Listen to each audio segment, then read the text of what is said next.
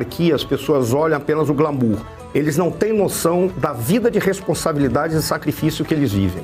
É assustador. Se a gente fosse falar de cada uma dos príncipes e princesas reais da Europa e da nossa família imperial, as pessoas iam dizer, não, não é possível, eu só imagino bilhões e passeando de carro. Diz, não, isso é coisa para político da República Brasileira e para criminoso do crime organizado, porque eles não ficam passeando por aí. Eles não jogam nem o seu dinheiro, nem o dinheiro público fora. Mas a República, ela apodrece o sistema, porque o sistema funcionando adequadamente, a aristocracia, porque a aristocracia ela tem um dever de honra e um vínculo como servidor do povo, garantindo a proteção do povo. É isso que faz existir a nobreza, coisa que na República não tem.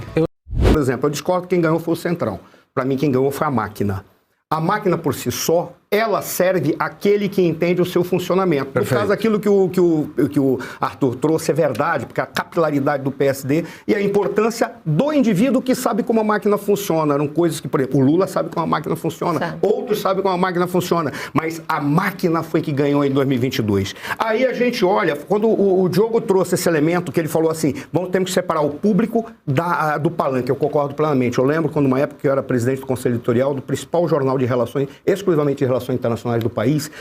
Uma vez eu entrevistei uma moça, que nós somos o edital para articulistas, e eu fiz uma pergunta acerca de ideologia para ela. Ela disse, eu não acho que a ideologia esteja conosco, a ideologia está no povo, porque aqueles que alcançam o poder, eles só estão preocupados com o poder e como usar a máquina. Por incrível que pareça, é quase a mesma distinção que você fez. E é interessante que eu acho que o que aconteceu agora foi que o povo começa a entender o funcionamento da máquina. Por isso que o povo está começando a se rebelar. Porque antes ele não entendia como é que funcionava isso. Agora ele está entendendo. O povo está percebendo todas as falcatruas, todo o sistema, todas as ilegalidades e como o sistema protege a si mesmo usando a ilegalidade para combater a ilegalidade. Mas eles são ilegais. É isso que o povo está entendendo. Por isso que o povo está começando a sair. E aí eu tenderia a dizer, a direita está apoiando a pré-candidatura de Flávio Bolsonaro, mas os três valem.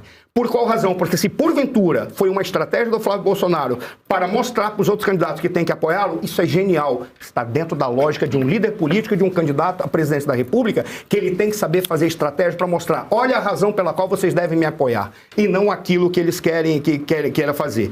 Há muito tempo para a eleição? Tem muita coisa que vai mudar ainda. Por exemplo, as reuniões do Kassab com um cara como o Eduardo Leite. Como é que ele senta com um cara como o Eduardo Leite? É o centro do centro? Ninguém sabe o que o Eduardo Leite é. Mas o Eduardo Leite é visto como uma espécie de traidor dentro do PSDB, para os gaúchos, para o governo. Em síntese, há muito tempo até lá, mas os passos estratégicos do Flávio Bolsonaro foram geniais. Razão pela qual eu tendo a dizer que ele foi inteligente nisso e eu tendo, por isso, a votar que a direita está apoiando a pré-candidatura do Flávio Bolsonaro, porque ele está mostrando como a máquina funciona e por que os demais candidatos têm que apoiá-lo. Por isso, a direita vai tender a apoiar ele. Eu particularmente, se você puder observar, eu vejo que aquela eleição foi fraudada. Eu faço essa afirmação sem precisar falar de urna. A eleição foi fraudada pelo processo eleitoral. O processo eleitoral teve uma participação muito intensa dos juízes eleitorais que ali utilizaram de todos os recursos possíveis para prejudicar de uma maneira explícita quaisquer ações da direita, em especial de Sua Excelência o presidente Bolsonaro. Eu falei várias vezes que eu votei no Bolsonaro 4 vezes e é muito curioso porque o Bolsonaro foi eleito em 2018 por uma convergência de 5 movimentos. Um dos movimentos é de bolsonaristas raízes, que são 17% a 20%. Ponto. Mas esses 5 movimentos o traíram. E o mais curioso dos 5 movimentos, 4 movimentos o traíram. Ou simplesmente dispersaram. O mais curioso o mais curioso de tudo isso é quando você encontra aquilo que ficou configurado naqueles partidos de centro que foram colocados para o Bolsonaro e indivíduos que compuseram o governo Bolsonaro colocaram o Bolsonaro no colo exatamente daquele que era o pior partido da época. Aquilo a gente poderia chamar de Desunião Brasil, que era o DEM. Tanto que o DEM depois se fundiu e virou o União Brasil. Olha que coisa curiosa. O DEM tinha o Rodrigo Maia e tinha o Alcolumbre. Que coisa curiosa. Agora você não tem um cara do DEM, você não tem cara do União Brasil na Câmara, mas você tem alguém que presta tanto quanto prestava o Rodrigo Maia. Então esses dois é que ficaram e impediram totalmente. Eu fiquei muito feliz quando você trouxe a questão do orçamento secreto. O orçamento secreto não foi do Bolsonaro, foi uma palhaçada do Rodrigo Maia para impedir que o Bolsonaro pudesse, de qualquer forma, governar. O Bolsonaro não pôde... E o Rodrigo Maia botou o dedo na cara, disse que ia simplesmente bloquear todas as pautas. O que o Bolsonaro fez? Simplesmente disse, então vamos tocar isso adiante, e aquilo que era o orçamento secreto, que ficou da forma como o Rodrigo Maia quis, foi a maneira que ele teve de controlar o governo, amparado por dois caras que estavam lá. Um era o Mandetta e o outro era o Onyx Lorenzoni, que eram também do DEM. Ou seja, esses grupos, eles simplesmente traíram o Bolsonaro. Eu não digo que foi o centrão.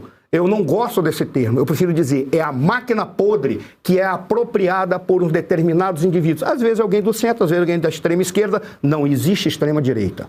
Por uma razão simples, a direita, ela trabalha por pautas econômicas e pautas sociais que têm como princípio a exclusão da violência. E para ser extrema, você tem que ter a violência incorporada no processo político. Então, a extrema esquerda existe, a extrema direita não existe. Isso não está, da minha perspectiva. E aí, esse centro é que tomou conta e acabou destruindo todo o processo. Essa é uma visão que eu tenho, pela qual eu aposto de todas as formas.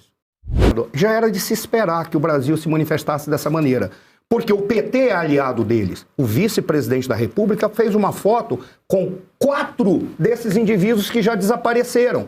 Por qual razão que o vice-presidente da República fez isso? Porque ele manifestou a parceria do governo brasileiro com tudo aquilo que representa o terrorismo no Oriente Médio. Então, já se esperava que a Gleisi e o PT se apresentassem dessa forma, defendendo um princípio que não se aplicaria neste momento, que é o princípio da autodeterminação dos povos. Por qual razão que não se aplica? Eu sou defensor do princípio da autodeterminação dos povos. O que significa que ninguém pode intervir internamente num determinado país e no seu regime ou na sua sociedade, exceto para a defesa sua. Porque a autodeterminação dos povos prescreve que eu também não posso ser interferido nos meus direitos e nas minhas políticas e nos meus processos políticos. Significa o quê? Todo país que tem um governo ilegítimo, que atua para regionalizar os seus problemas, atuando e interferindo nos países que são vizinhos e no sistema internacional, perdem o direito da autodeterminação dos povos. E não adianta vir alegar a Carta da ONU, porque a Carta da ONU, apesar de prescrever isso, ela deixa muito claro que o objetivo é a segurança internacional. E a segurança internacional se dá pela segurança coletiva, nos casos do Conselho de Segurança Nacional, no caso do Conselho de Segurança da ONU, como também no caso de impedir aqueles que são disseminadores de ações que possam desestruturar o sistema internacional, produzindo uma guerra sistêmica ou uma guerra geral, que é diferente de guerra total. Estou vendo um monte de gente falando de guerra total sem saber o significado de guerra total, mas impedindo uma guerra geral. Esse é o primeiro ponto.